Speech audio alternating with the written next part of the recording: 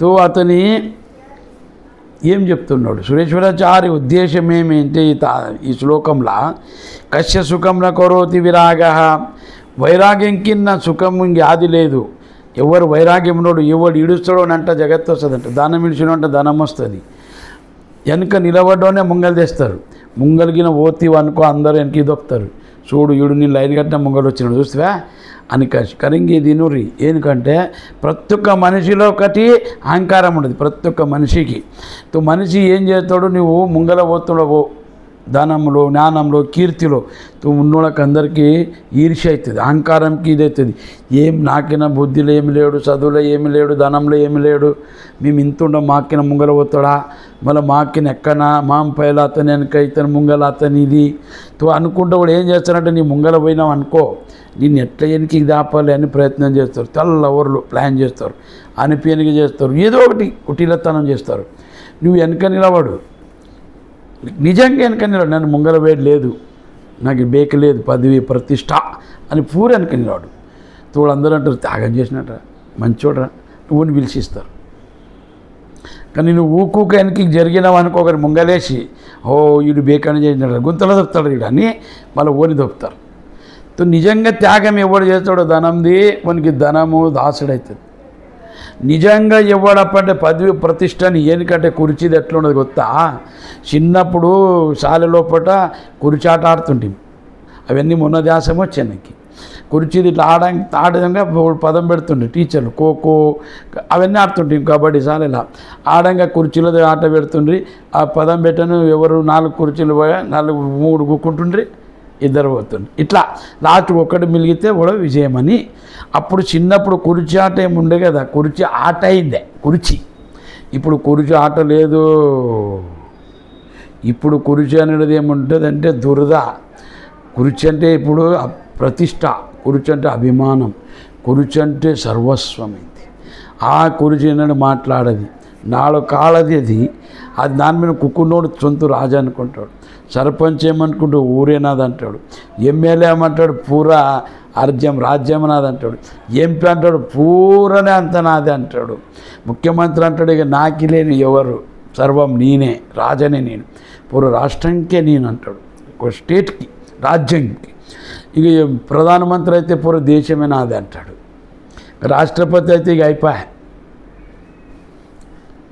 360 ద్వారాలున్న బాగిలం ఇల్లు 1000 మంది పనిచేసేటోడు ఒకరుండని ఇద్దరు ఉండని వాడు ఇంటోడు వాళ్ళకి పనిచేసేటోడు ఏమంది ఉండాలి అటువంటిది ఈ సుఖము మళ్ళీ అది 5 ఏళ్ళే ఉంటుంది ఆ 5 ఏళ్ళ దాని కోరంకి చేరాని పని చేస్తాడు మళ్ళీ 5 ఏళ్ళు గెలిస్తే అయిపోయాక నేనే పక్క అనుకుంటాడు ఇంకా అది పోరాదానికి ఎన్ని మందిని చంపుతాడో ఎన్ని మందిని అనిపిస్తాడో ఎన్ని మందిని ఇది మనం ఆ దానిలో జాసూసులు పెట్టింటారు గల్లీ కొడుకు ఆ లీడర్లకు చెప్పేటి కొడుకులు ఒకరు అలాగనే ఉంటారు ఓడిపోయి చెప్తాడు చూడు నిన్ను అడగపాయా గురువు నిన్ను పిలవపా సత్కారం చెప్పా అతన్ని నమ్మకు ఒకడు కాంగ్రెస్ అంటాడు ఒకడు బీజేపీ అంటాడు ఒకడు శివసేన అంటాడు ఈ ఇట్లా కులాలు మళ్ళంటే రాజనీతిలో రాజ్యం ఈ రాజనీతిలా మళ్ళీ కులముల ధర్మంలో పంచినారు ఈయనకంటే వైరాగ్యం లేదు నిజమైన వైరాగ్యం ఎవరికి ఉంటుందో వైరాగ్యమే ముక్తికి కారణము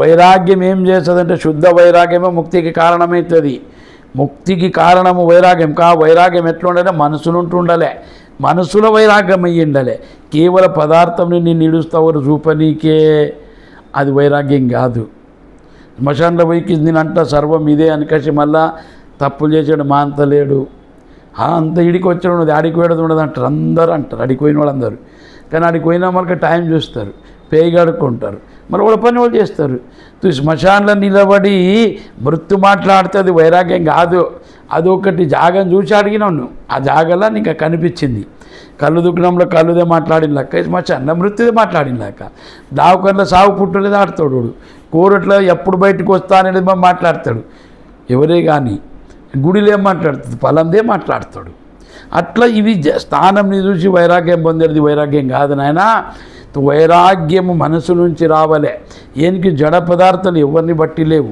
ఒకటి పడతలేవు 2 విచారం చేయరి చదువుకున్నోడు ఉండరు ఏ వస్తువులన్నా నీవు కొనుక్కున్నావు, నీ ఉపయోగం చేస్తుండవు, దాంట్లోనే నీకే ఆసక్తి ఉండదు. ఒకడు ఆవు కొనినంట, ఎద్దు కలంగొట్టడానికి మంచిది, 1 లక్ష రూపాయలు పెట్టి ఎద్దు కొని దానికి దారం కట్టుకొని వస్తున్నానంట.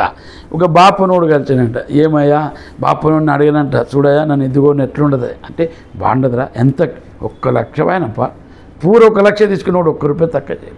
అయ్యా మంచిది, చూడు మన నా ఎద్దు ఎట్లుండదు, బాగుండదా లేదా, నీ బాగుండదప్ప, గాడేం పోతుందే లేదా, ఆశీర్వాదం మీ దానికి అనంట.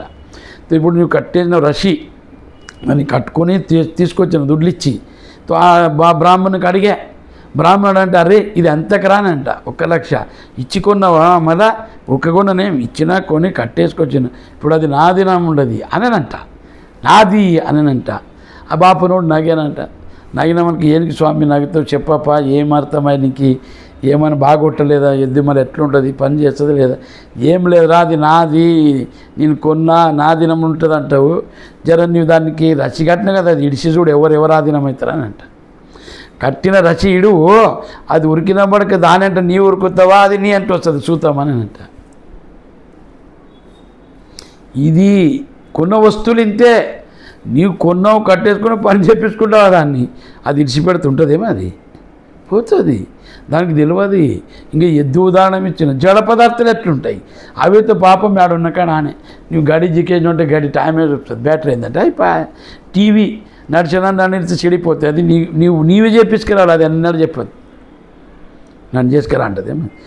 మిక్సర్ పోయింది, నీవే చేపించుకురావాలి, అది నన్ను చేసుకురా, నాకు అయిపోయినా బేమరపడ్డా అని చెప్తుందా, లేదు.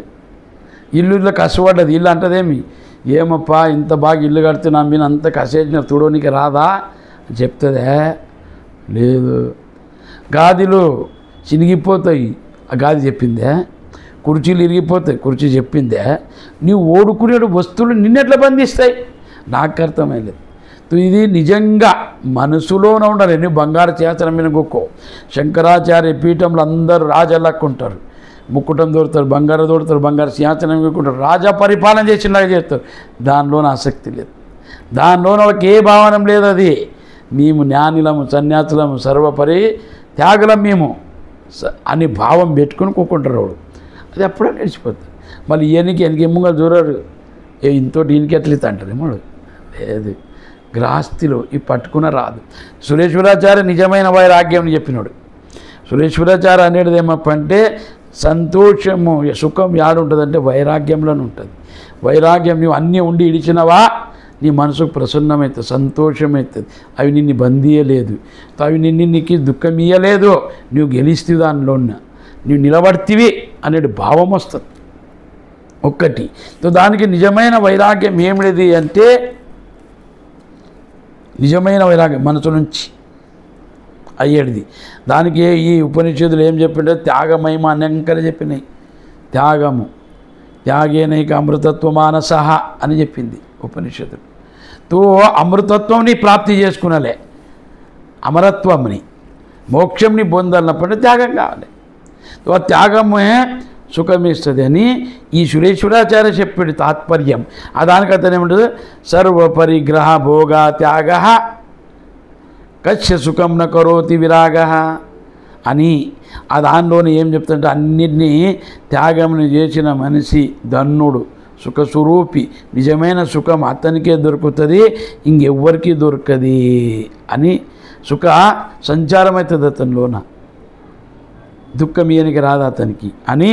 సురమందిర తరుమూల నివాస శయ్యా భూమి తల మజిన వాస సర్వాపరిగ్రహ భోగ త్యాగ కశ్య సుఖం న కరోతి విరాగ భజ గోవిందం గోవిందం భజ మూఢమతే. ఆ నిర్గుణ నిరాకారమైన పరమతత్వంని, తత్వమసి మహావాక్య స్వరూపమని పొంది ముక్తుడావు. ఎందుకంటే బుద్ధిలోన అహంకారం ఉంటుంది, అహంకారం ఉంటేనే కామం పుడుతుంది, కామమే నీకి క్రియ చేపిస్తుంది. ఆ క్రియ కర్మ నీకేమిటి తప్పంటే సుఖ దుఃఖం అనుభవమిస్తుంది. ఆ సుఖ దుఃఖ అనుభవమే కర్తత్వ భోక్తమై బంధనకి కారణమవుతుంది. అందరికీ అహంకారంని బుద్ధిలో ఉన్న మమత్వ భావంని ఇడిచిపెట్టు, మనసులోన వైరాగ్యం దాపు, ఇచ్చలని చంపు, ఇచ్చలని త్యాగం చేసి నిజమైన సుఖంని పొందు అనేటి భావము. ఆ నిజమైన సుఖము వైరాగ్యం ఎవరికి వస్తుంది కదా, నిజమైన సుఖము వాడలో భయం ఉంటలేదు, అభయం పుట్టిస్తుంది అది వాడికి. ఆ అభయం ఏం చేస్తుందప్ప అంటే అన్నిటినీ సాన్ చేయనికి, అన్నిటినీ తాళిటి బుద్ధి శక్తి ఇస్తుంది అది అని. భజ గోవిందం భజ గోవిందం గోవిందం భజ మూఢమతే అని చెప్పినాడు.